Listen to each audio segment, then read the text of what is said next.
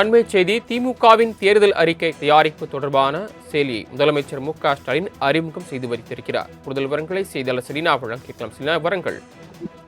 இல்லை, திமுக தேர்தல் அறிக்கை தயாரிப்பு குழு என்பது திமுகவின் தலைவர் முதலமைச்சருமான மு.க.ஸ்டாலின் அறிமுகம் செய்யப்பட்டிருந்தார்.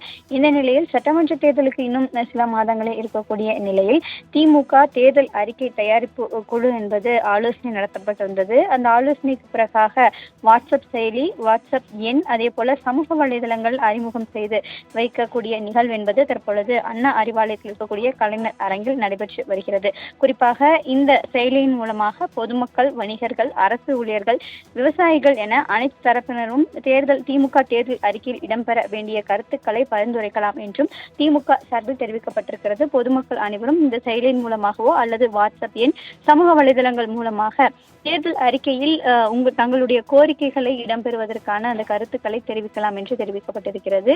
சட்டமன்ற தேர்தல் நெருங்க இருக்கக்கூடிய நிலையில் தேர்தல் அறிக்கை என்பது முக்கியத்துவம் வாய்ந்ததாகவே பார்க்கப்படுகிறது.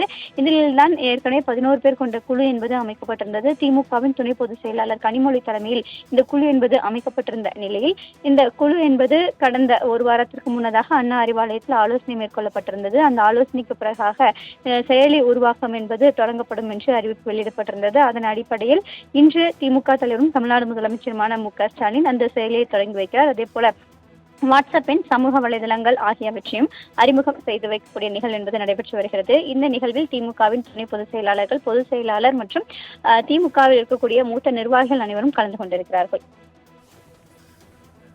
தாங்கள் வழங்கிய தகவல்களுக்கு நன்றி செலினா.